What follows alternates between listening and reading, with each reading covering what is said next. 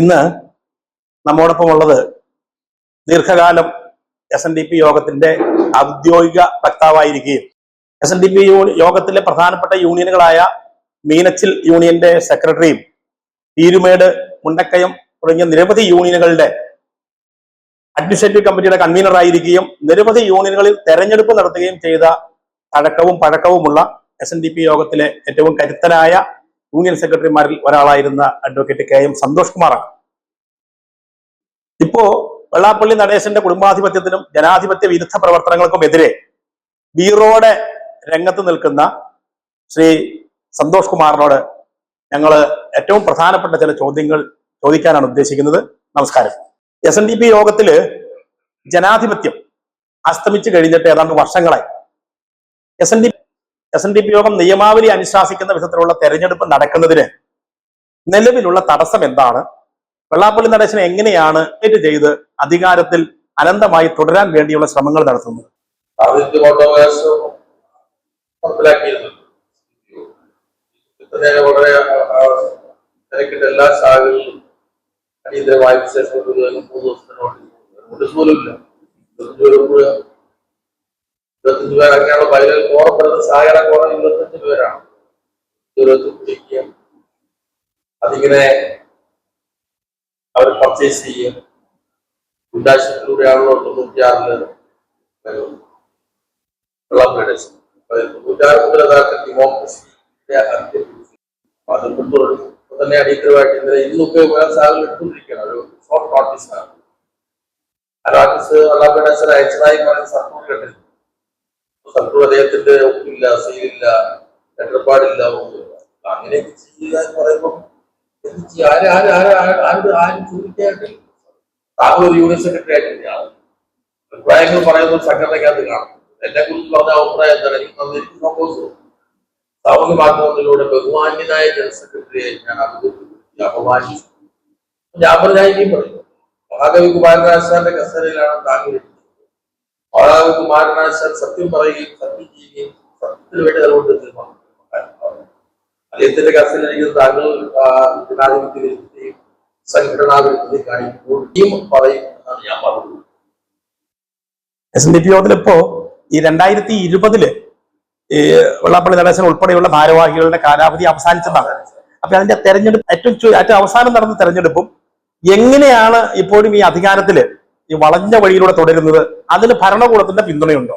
തീർച്ചയായും ഭരണകൂടത്തിന്റെ പിന്തുണയില്ല. എന്തെങ്കിലും നടക്കുമോ? 96 ഇദ്ദേഹം വരുമ്പോൾ ഇദ്ദേഹത്തിനെ SNDP യോഗത്തിൽ കൊണ്ടുവരാൻ വേണ്ടി ഏറ്റവും കൂടുതൽ സഹായിച്ച V. സച്ചിദാനന്ദനും ശാശ്വതകാരൻ സ്വാമിയാണല്ലോ അദ്ദേഹത്തെ കൊണ്ടുവരാൻ വേണ്ടി. അങ്ങനെ കേരളത്തിലെ മുഴുവൻ SNDP യൂണിയനുകളിലൂടെ നേരിട്ട് ശാശ്വതകാരൻ സ്വാമി സഞ്ചരിച്ചാണ് പ്രവർത്തകരെ വിളിച്ചു കൂട്ടി യോഗങ്ങൾ പങ്കെടുക്കുന്നത്. അന്നത്തെ അദ്ദേഹത്തിന്റെ ഇലക്ഷൻ കമ്മിറ്റിയുടെ general convener advocate V. Sathyan, Vaikom യൂണിയന്റെ പ്രസിഡന്റ്. വൈക്കം യൂണിയന്റെ പ്രസിഡന്റായ സത്യം വക്കീല് കാലഘട്ടത്തിലാണ് വൈക്കം TV ഒരു ഇഷ്യൂ ഉണ്ടാകുന്നത്. നായനാർ സോറി അപ്പൊ ആ TV ഇഷ്യൂവിന് കത്തിച്ച് അതിനെ വർഗീയവൽക്കരിച്ച് അന്നത്തെ യോഗ നേതാക്കൾ ഡോക്ടർ രാഹുലും അനിൽ ഗോപിനാഥ് സാറ് അവരൊക്കെ ഒരു മാന്യതയുടെ സീമ കൊടുത്തില്ല.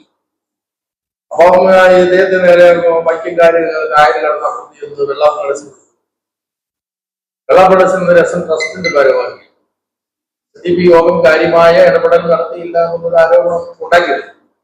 ഇവിടെ വന്ന് വൈക്കത്ത് വന്ന് ആളെല്ലാം കൂടി ഒരു വൈകാരികതയിലേക്ക് ഇതിനെ കൊണ്ടുപോയിട്ട് വെള്ളാപ്പള്ളി പറഞ്ഞു, ഞാനും ഒരു പള്ളിയാണ്, ഈ പള്ളിക്ക് എന്ത് വില വേണം, പള്ളി ഞാൻ ഈ വിലക്കെടുക്കുന്നു. ഇയാളുടെ പാവപ്പെട്ട ഈഴവമായി പോയിട്ട് വീരാരാധന ഈഴവർക്കിടയിൽ കൂടുതലായിട്ട് വീരന്മാരായിട്ട് ആളുകൾ പറയുന്നത് തച്ചോളി ഓതാലിന്റെ ഒരു പാരമ്പര്യമാണല്ലോ ഈഴവർ. ഈ പള്ളിക്ക് വില പറഞ്ഞ ഈ പള്ളി ഈ പള്ളിയോട് കൂടെ നമുക്ക് ആ വർഷത്തെ ഉദ്ഘാടനത്തിന് പോകുമ്പോ സൂര്യൻ ഉദിച്ചു എന്ന് പറഞ്ഞ് സൂര്യൻ ഉദിച്ചു എന്ന് പറഞ്ഞ് കഥാപ്രസംഗം ഉണ്ടായിരുന്നു വെള്ളാപ്പള്ളി. 96 ശ്രീകണ്ഠ ഉദ്ഘാടനത്തിൽ വെള്ളാപ്പള്ളിയുടെ സ്റ്റോറികളൊക്കെ പറഞ്ഞ് കഥാപ്രസംഗം നടത്തിയതിന്റെ ഓർമ്മയുണ്ട്. ഇതിനെ പറഞ്ഞ് ഞാനും താങ്കൾ കൂടി എല്ലാ യൂണിയൻ സെക്രട്ടറിമാരും വെള്ളാപ്പള്ളിയുടെ ആരാധകർ എല്ലാവരും ഒരു കാലം പറ്റി ഞാനൊരു വെള്ളാപ്പള്ളിയെ പറ്റിയായിരുന്നു. ശ്രീനാരായണീയനല്ല, വെള്ളാപ്പള്ളിയാണ്.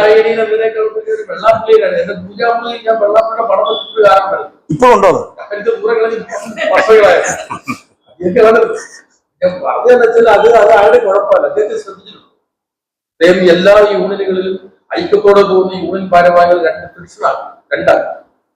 രണ്ടാക്കി തമ്മിലടിപ്പിച്ച് രണ്ടു കൂട്ടരും വെള്ളാപ്പള്ളിയുടെ ആളായിട്ട് വെള്ളാപ്പള്ളി നിലനിർത്തുന്നു. ഒരു യൂണിയൻ ഭാരവാഹിനെ ഒരു കാലാവധി കഴിയുന്നത് വരെ നിലനിർത്തും. അത് കഴിയുമ്പോഴാണ് ഇപ്പൊ നമുക്ക് വനിതാ സംഘം തന്നെ, എന്റെ ഓർമ്മയിൽ എത്ര വനിതാ സംഘം നേതാക്കന്മാർ വന്നു പോയിട്ടുണ്ട്. എത്രയോ മഹതികൾ കൊള്ളാവുന്നുണ്ട്. ഇപ്പൊ സംഗീത ഉസ്മാൻ മാത്രമേ ഉള്ളൂ ഈ അവസാന കാലത്ത് ഈ പിടിച്ചിരിക്കുന്നത്. ശരിക്കും മറ്റേ കൃഷ്ണകുമാരി ചേച്ചിയോടെ ചോദിച്ചാൽ ഉള്ളിൻ്റെ ഉള്ളിൽ യാതൊരു ഒന്നുമില്ല. അത് കുറച്ച് ക്വാളിറ്റി ഉള്ളതാണ്. സംഗീതം പിന്നെ കപ്പലിന്റെ പേര് പോകും ബേക്കറി ഉണ്ടോ. അപ്പൊ അവർക്ക് പോട്ടറി പൈസ കൊടുക്കുന്നു, അവര് സ്ഥാനാർത്ഥിയാക്കുന്നു. അങ്ങനെ ഇങ്ങനെടുത്ത് റാങ്ക് കൂടെ നിൽക്കുമ്പോൾ സാറേ അത് നോക്കാൻ പറ്റും. ഇപ്പൊ ജനാധിപത്യം അല്ല, ഉത്പാദിപ്പിക്കുക. ആരാ ഡിസൈഡ് ചെയ്യും? SNDP യോഗത്തിൽ ഒരു സ്റ്റഫുള്ള ഒരാളുടെ പേര് താങ്കൾക്ക് പറയാം. വെള്ളാപ്പള്ളി മതമല്ലാതെ SNDP യോഗത്തിന്റെ എടുത്തു പറയപ്പെട്ട ഒരു കൗൺസിലറോ അല്ലെങ്കിൽ ബോർഡ് മെമ്പറോ വേണം.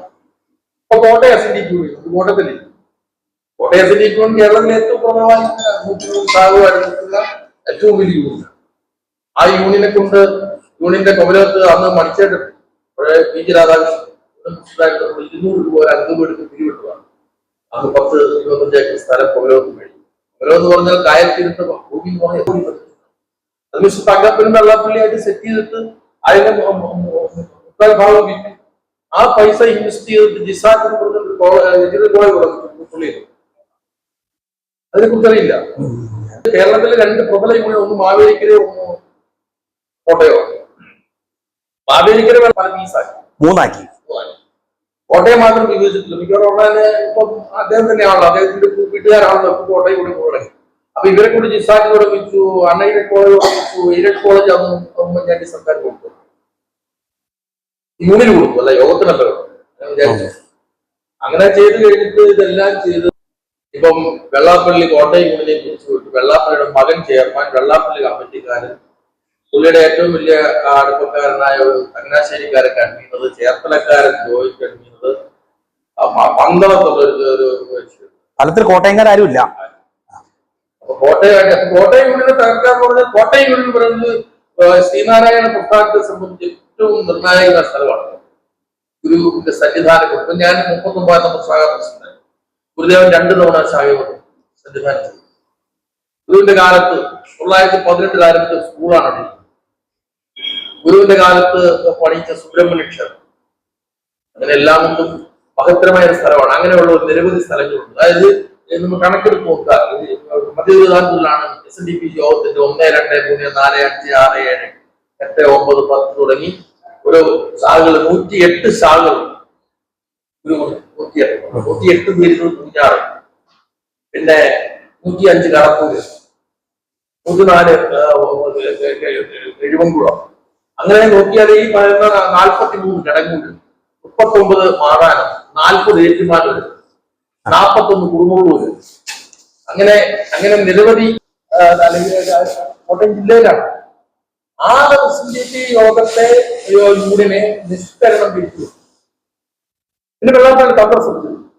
വെള്ളാപ്പള്ളി കൂടെ നിർത്തി ഉപയോഗിച്ചിട്ട് ഉപയോഗം തീരുമ്പോൾ പറയും അവൻ പെണ്ണുപിടിയിലാണ്. അവൻ യൂണിയൻ സെക്രട്ടറി ട്രാൻസിറ്റി അല്ലെങ്കിൽ യൂണിയൻ പ്രസിഡന്റ് കവറാണെന്ന് മകനോ മകനതാണ് ലോങ് ലൈസൻസ് ഉണ്ടോ. അത് പുള്ളിയുടെ മഹേശ്വരന്റെ ആത്മഹത്യാക്കുറിപ്പ് വായിച്ചിട്ടുണ്ട്.